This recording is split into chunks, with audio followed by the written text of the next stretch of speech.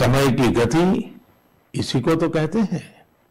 कुछ दिन पहले की ही तो बात लगती है जब हम एक दूसरे को शुभकामनाएं दे रहे थे। फिर हमने लोहड़ी मनाई, मकर संक्रांति मनाई, पोंगल, बिहू मनाया। देश के अलग अलग हिस्सों में त्योहारों की धूम रही।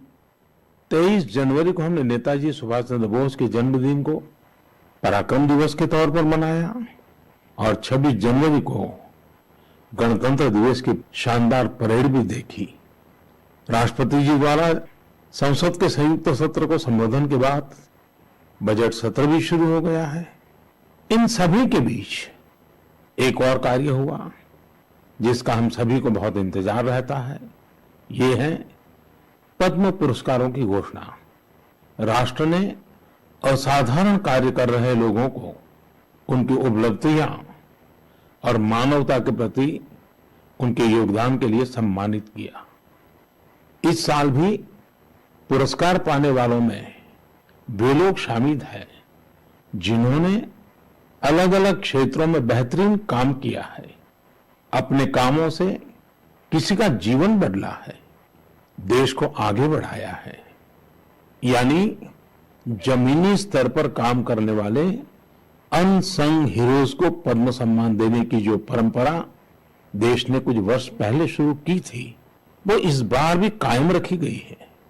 मेरा आप सभी से आग्रह है कि इन लोगों के बारे में, उनके योगदान के बारे में जरूर जानें, परिवार में उनके बारे में चर्चा करें। देखिएगा सबको इससे कितनी प्रेरणा मिलती है। इस महीने क्रिकेट पिच से भी बहुत अच्छी खबर मिली। हमारी क्रिकेट टीम ने शुरुआती दिक्कतों के बाद शानदार वापसी करते हुए ऑस्ट्रेलिया में सीरीज जीती। हमारे खिलाड़ियों का हार्डवर्क और टीम वर्क प्रेरित करने वाला है। इन सब के बीच दिल्ली में 26 जनवरी को तिरंगा का अपमान देख देश बहुत दुखी भी हुआ। हमें आने वाले समय को नई आशा और नवीनता से भरना है। हमने पिछले साल असाधारण संयम और साहस का परिचय दिया। इस साल भी हमें कड़ी मेहनत करके अपने संकल्पों को सिद्ध करना है, अपने देश को और तेज गति से आगे ले जाना है। मेरे प्यारे देशवासियों, इस साल की शुरुआत के साथ ही कोरोना के खिलाफ हमारी लड़ाई को भी करीब करीब 1 साल पूरा हो गया है। जैसे कोरोना के खिलाफ भारत की लड़ाई एक उदाहरण बनी है, वैसे ही अब हमारा वैक्सीनेशन प्रोग्राम भी दुनिया में एक मिसाल बन रहा है। आज भारत दुनिया का सबसे बड़ा कोविड वैक्सीन प्रोग्राम चला रहा है। आप जानते हैं और भी ज्यादा गर्व की बात क्या है? हम सबसे बड़े वैक्सीन प्रोग्राम के साथ ही दुनिया में सबसे तेज गति से अपने नागरिकों का वैक्सीनेशन भी कर रहे हैं। सिर्फ 15 दिन में भारत अपने 30 लाख से ज्यादा कोरोना वॉरियर का टीकाकरण कर चुका है, जबकि अमेरिका जैसे समृद्ध देश को इसी काम में 18 दिन लगे थे और ब्रिटेन को 36 दिन। साथियों, मेड इन इंडिया वैक्सीन आज भारत की आत्मनिर्भरता का तो प्रतीक है ही, भारत के आत्मगौरव का भी प्रतीक है। नमो ऐप पर यूपी से भाई हिमांशु यादव ने लिखा है कि मेड इन इंडिया वैक्सीन से मन में एक नया आत्मविश्वास आ गया है। मदुरई से कीर्ति जी लिखती हैं कि उनके कई विदेशी दोस्त उनको मैसेज भेजकर भारत का शुक्रिया अदा कर रहे हैं। कीर्ति जी के दोस्तों ने उन्हें लिखा है कि भारत ने जिस तरह कोरोना से लड़ाई में दुनिया की मदद की है, उससे भारत के बारे में उनके मन में इज्जत और भी बढ़ गई है। कीर्ति जी, देश का ये गौरवगान सुनकर मन की बात के श्रोताओं को भी गर्व होता है। आजकल मुझे भी अलग अलग देशों के राष्ट्रपति और प्रधानमंत्रियों की तरफ से भारत के लिए ऐसे ही संदेश मिलते हैं। आपने भी देखा होगा, अभी ब्राजील के राष्ट्रपति ने ट्वीट करके जिस तरह से भारत को धन्यवाद दिया है, वो देखकर हर भारतीय को कितना अच्छा लगा। हजारों किलोमीटर दूर दुनिया के दूर सुदूर कोने के निवासियों को रामायण के उस प्रसंग की इतनी गहरी जानकारी है, उनके मन पर गहरा प्रभाव है। ये हमारी संस्कृति की विशेषता है। साथियों, इस वैक्सीनेशन कार्यक्रम में आपने एक और बात पर अवश्य ध्यान दिया होगा। संकट के समय में भारत दुनिया की सेवा इसलिए कर पा रहा है क्योंकि भारत आज दवाओं और वैक्सीन को लेकर सक्षम है, आत्मनिर्भर है। यही सोच आत्मनिर्भर भारत अभियान की भी है। भारत जितना सक्षम होगा, उतनी ही अधिक मानवता की सेवा करेगा, उतना ही अधिक लाभ दुनिया को होगा। मेरे प्यारे देशवासियों, हर बार आपके ढेर सारे पत्र मिलते हैं। नमो ऐप और माय गॉव पर आपके मैसेजेस, फोन कॉल्स के माध्यम से आपकी बातें जानने का अवसर मिलता है। इन्हीं संदेशों में एक ऐसा भी संदेश है जिसने मेरा ध्यान खींचा। ये संदेश है बहन प्रियंका पांडे जी का। 23 साल की बेटी प्रियंका जी हिंदी साहित्य की विद्यार्थिनी है और बिहार के सिवान में रहती है। प्रियंका जी ने नमो ऐप पर लिखा है कि वो देश के 15 घरेलू पर्यटन स्थलों पर जाने के मेरे सुझाव से बहुत प्रेरित हुई थी। इसलिए 1 जनवरी को वो एक जगह के लिए निकली जो बहुत खास थी। वे जगह थी उनके घर से 15 किलोमीटर दूर देश के पहले राष्ट्रपति डॉक्टर राजेंद्र प्रसाद जी का पैतृक निवास।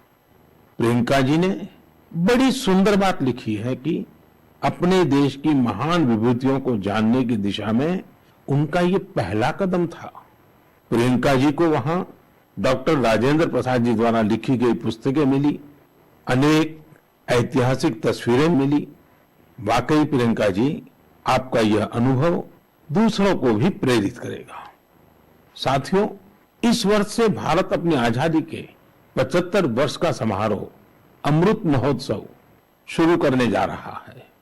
ऐसे में यह हमारे उन महानायकों से जुड़ी स्थानीय जगहों का पता लगाने का बेहतरीन समय है जिनकी वजह से हमें आजादी मिली। साथियों, हम आजादी के आंदोलन और बिहार की बात कर रहे हैं तो मैं नमो ऐप पर ही की गई एक और टिप्पणी की भी चर्चा करना चाहूंगा। मुंगेर के रहने वाले जयराम विप्लव जी ने मुझे तारापुर शहीद दिवस के बारे में लिखा है। 15 फरवरी 1932 को देशभक्तों की एक टोली के कई वीर नौजवानों की अंग्रेजों ने बड़ी ही निर्ममता से हत्या कर दी थी। उनका एकमात्र अपराध यह था कि वे वंदे मातरम और भारत मां की जय के नारे लगा रहे थे। मैं उन शहीदों को नमन करता हूं और उनके साहस का श्रद्धापूर्वक स्मरण करता हूं। मैं जयराम विप्लव जी को धन्यवाद देना चाहता हूं। वे एक ऐसी घटना को देश के सामने लेकर आए जिस पर उतनी चर्चा नहीं हो पाई जितनी होनी चाहिए थी। मेरे प्यारे देशवासियों, भारत के हर हिस्से में, हर शहर, कस्बे और गांव में आजादी की लड़ाई पूरी ताकत के साथ लड़ी गई थी। भारत भूमि के हर कोने में ऐसे महान सपूतों और वीरांगनाओं ने जन्म लिया जिन्होंने राष्ट्र के लिए अपना जीवन न्योछावर कर दिया। ऐसे में यह बहुत महत्वपूर्ण है कि हमारे लिए किए गए उनके संघर्षों और उनसे जुड़ी यादों को हम संजोकर रखें और इसके लिए उनके बारे में लिखकर हम अपनी भावी पीढ़ियों के लिए उनकी स्मृतियों को जीवित रख सकते हैं। मैं सभी देशवासियों को और खास करके अपने युवा साथियों को आह्वान करता हूं कि ये देश के स्वतंत्रता सेनानियों के बारे में, आजादी से जुड़ी घटनाओं के बारे में लिखें। अपने इलाके में स्वतंत्रता संग्राम के दौर की वीरता की गाथाओं के बारे में किताबें लिखी। अब जबकि भारत अपनी आजादी के 75 वर्ष मनाएगा, तो आपका लेखन आजादी के नायकों के प्रति उत्तम श्रद्धांजलि होगी। यंग राइटर्स के लिए इंडिया 75 के निमित्त एक इनिशिएटिव शुरू किया जा रहा है। इससे सभी राज्यों और भाषाओं के युवा लेखकों को प्रोत्साहन मिलेगा। देश में बड़ी संख्या में ऐसे विषयों पर लिखने वाले राइटर्स तैयार होंगे जिनका भारतीय विरासत और संस्कृति पर गहन अध्ययन होगा। हमें ऐसी उभरती प्रतिभाओं की पूरी मदद करनी है। इससे भविष्य की दिशा निर्धारित करने वाले थॉट लीडर्स का एक वर्ग भी तैयार होगा। मैं अपने युवा मित्रों को इस पहल का हिस्सा बनने और अपने साहित्यिक कौशल का अधिक से अधिक उपयोग करने के लिए आमंत्रित करता हूं। इससे जुड़ी जानकारियां शिक्षा मंत्रालय की वेबसाइट से प्राप्त कर सकते हैं। मेरे प्यारे देशवासियों, मन की बात में श्रोताओं को क्या पसंद आता है ये आप ही बेहतर जानते हैं, लेकिन मुझे मन की बात में सबसे अच्छा ये लगता है कि मुझे बहुत कुछ जानने, सीखने और पढ़ने को मिलता है।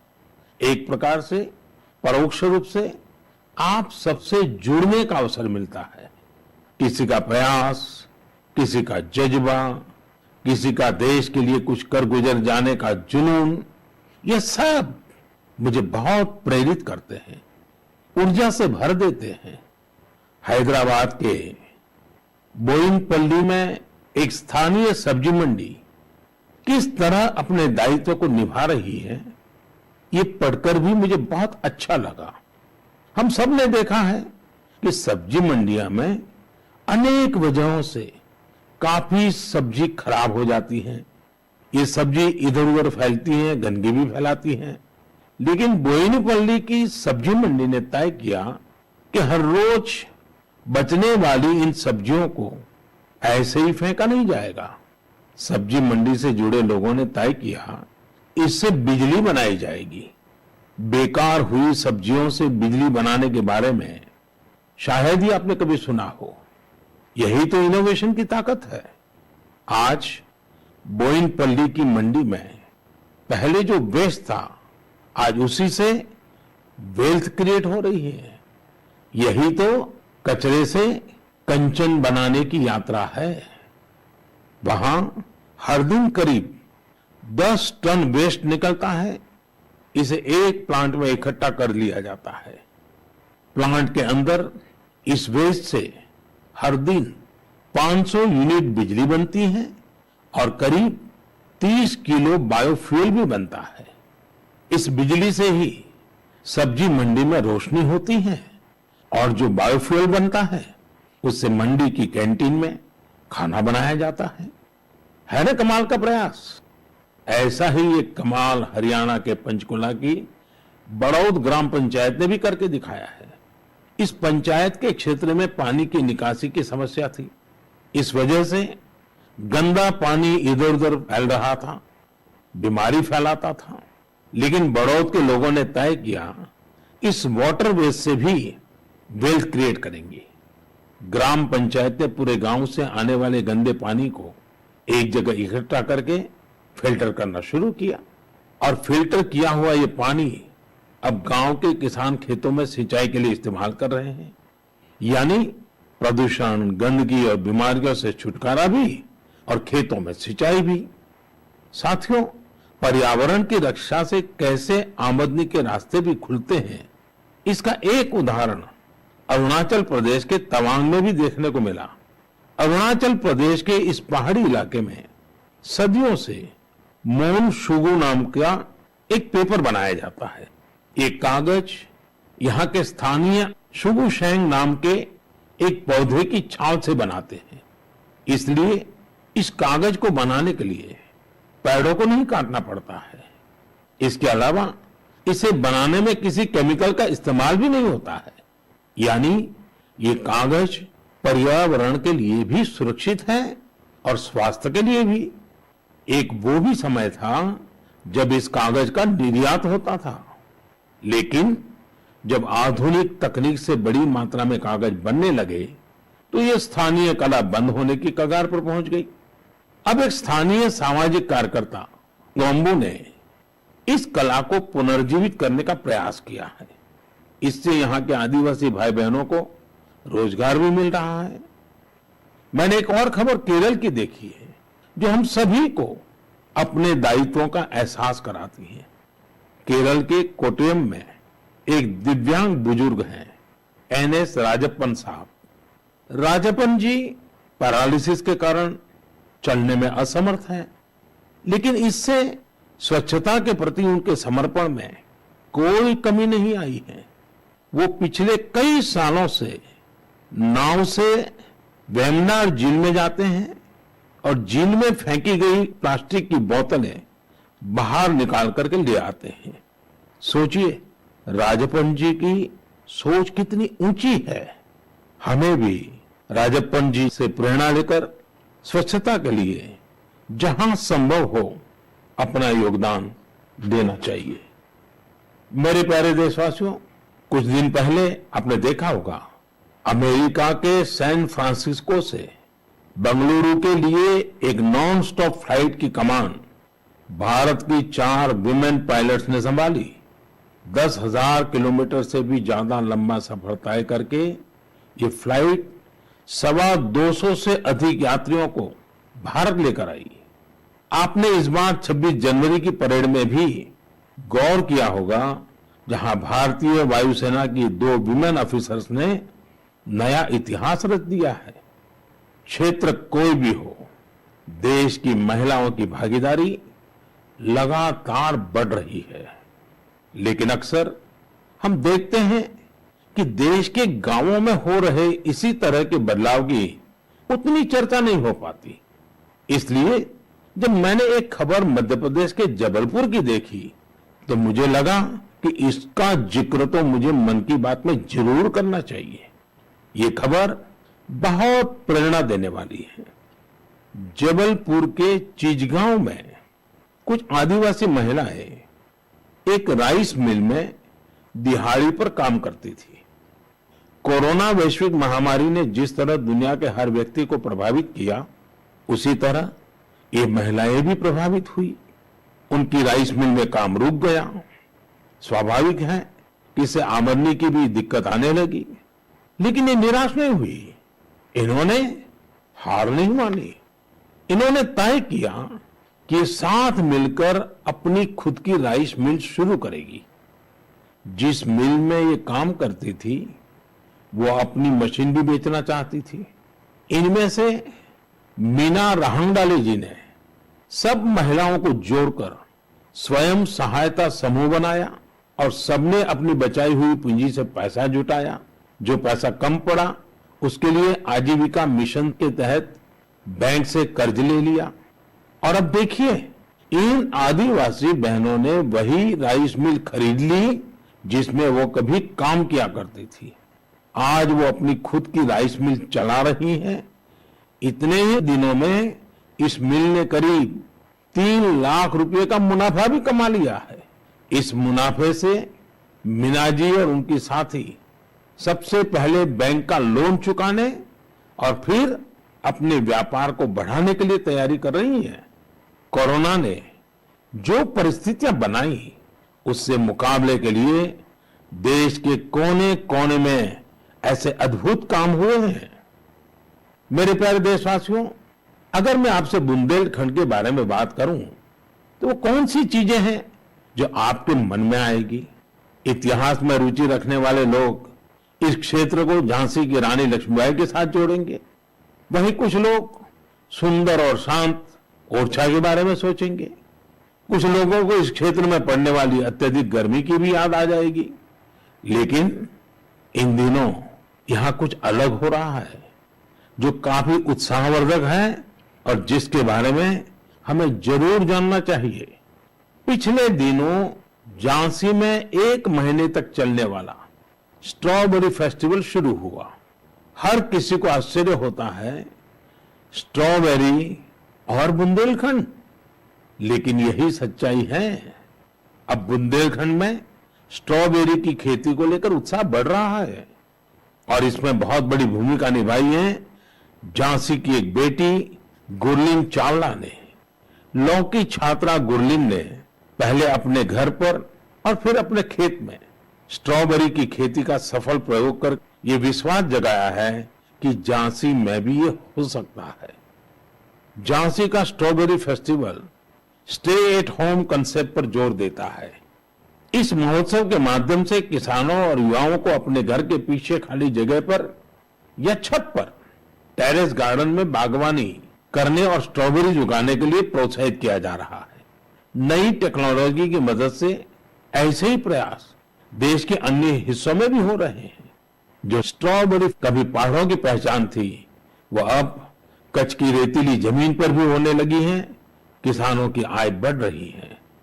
साथियों, स्ट्रॉबेरी फेस्टिवल जैसे प्रयोग इनोवेशन की स्पिरिट को तो प्रदर्शित करते ही हैं, साथ ही यह भी दिखाते हैं कि हमारे देश का कृषि क्षेत्र कैसे नई टेक्नोलॉजी को अपना रहा है। साथियों, खेती को आधुनिक बनाने के लिए सरकार प्रतिबद्ध है और अनेक कदम उठा भी रही है। सरकार के प्रयास आगे भी जारी रहेंगे। मेरे प्यारे देशवासियों, कुछ ही दिन पहले मैंने एक वीडियो देखा। वह वीडियो पश्चिम बंगाल के वेस्ट मिदनापुर स्थित नया पिंगला गांव के एक चित्रकार सरमुद्दीन का था। वो प्रसन्नता व्यक्त कर रहे थे कि रामायण पर बनाई उनकी पेंटिंग 2 लाख रुपए में बिकी है। इससे उनके गांव वालों को भी काफी खुशी मिली है। इस वीडियो को देखने के बाद मुझे इसके बारे में और अधिक जानने की उत्सुकता हुई। इसी क्रम में मुझे पश्चिम बंगाल से जुड़ी एक बहुत अच्छी पहल के बारे में जानकारी मिली, जिसे मैं आपके साथ जरूर साझा करना चाहूंगा।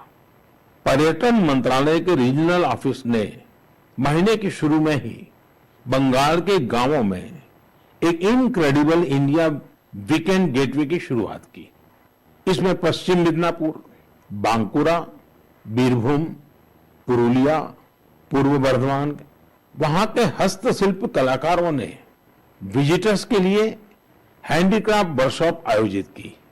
मुझे यह भी बताया गया कि इनक्रेडिबल इंडिया वीकेंड गेटवे के दौरान हैंडीक्राफ्ट की जो कुल बिक्री हुई, वो हस्तशिल्पकारों को बेहद प्रोत्साहित करने वाली है।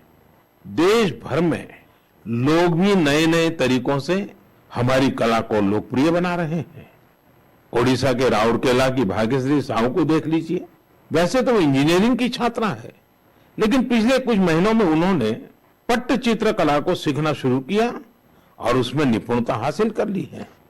लेकिन क्या आप जानते हैं कि उन्होंने पेंट कहां किया?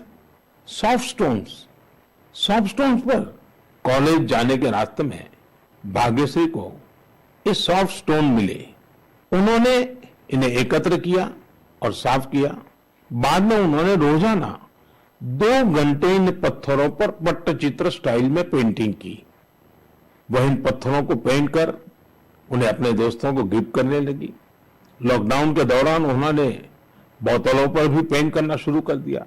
अब तो वो इस आर्ट पर वर्कशॉप भी आयोजित करती हैं। कुछ दिन पहले ही सुभाष बाबू की जयंती पर भाग्यश्री ने पत्थर पर ही उन्हें अनोखी श्रद्धांजलि दी। मैं भविष्य के उनके प्रयासों के लिए शुभकामनाएं देता हूं।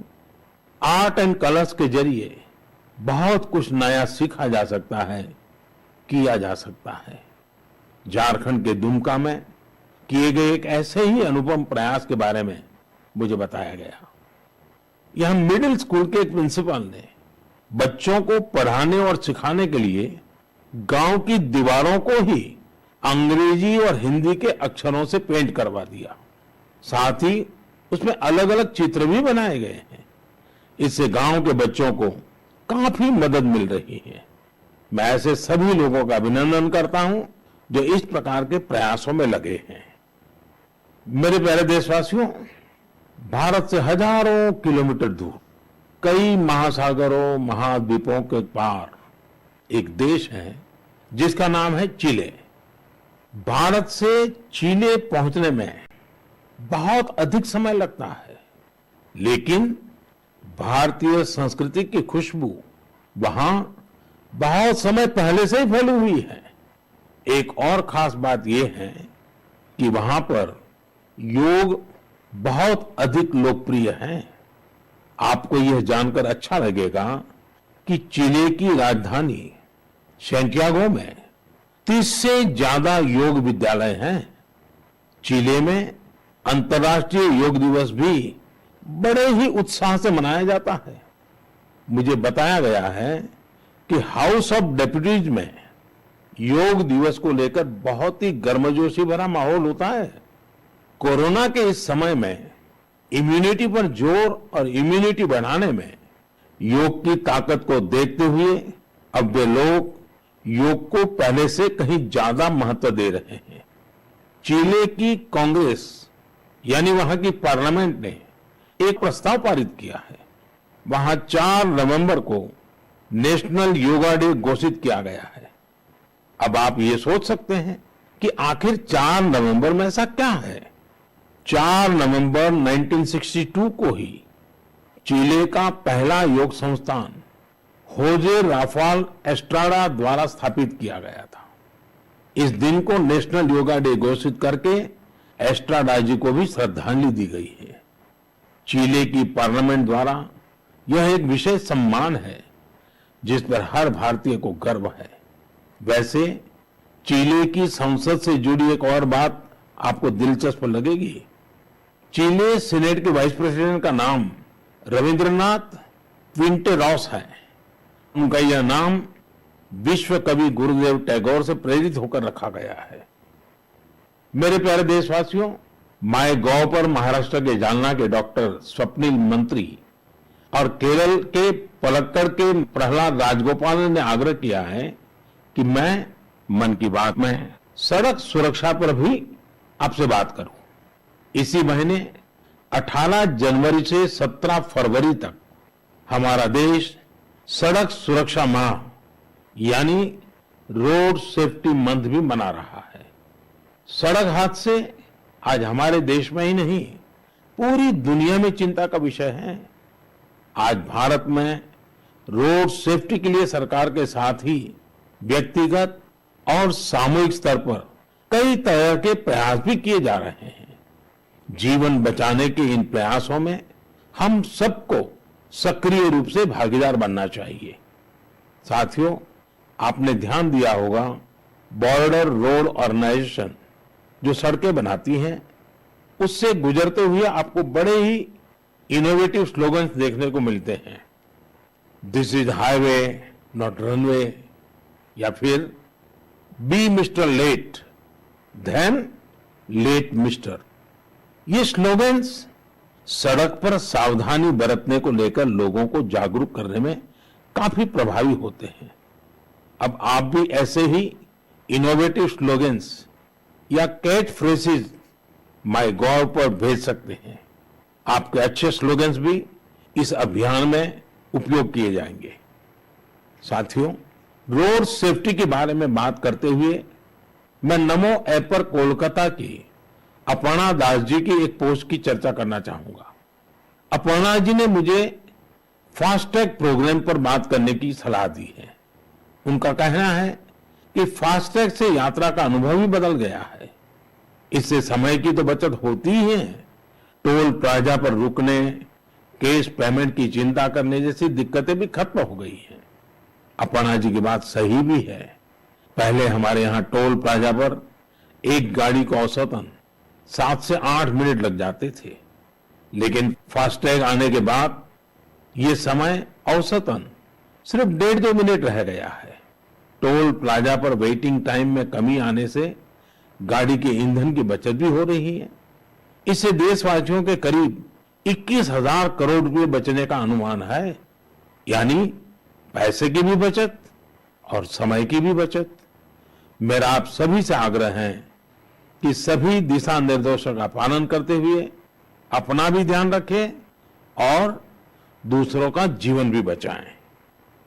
मेरे प्यारे देशवासियों, हमारे यहां कहा जाता है जल बिंदु निपातेन क्रमशः पूर्यते घटः, अर्थात एक एक बूंद से ही घड़ा भरता है।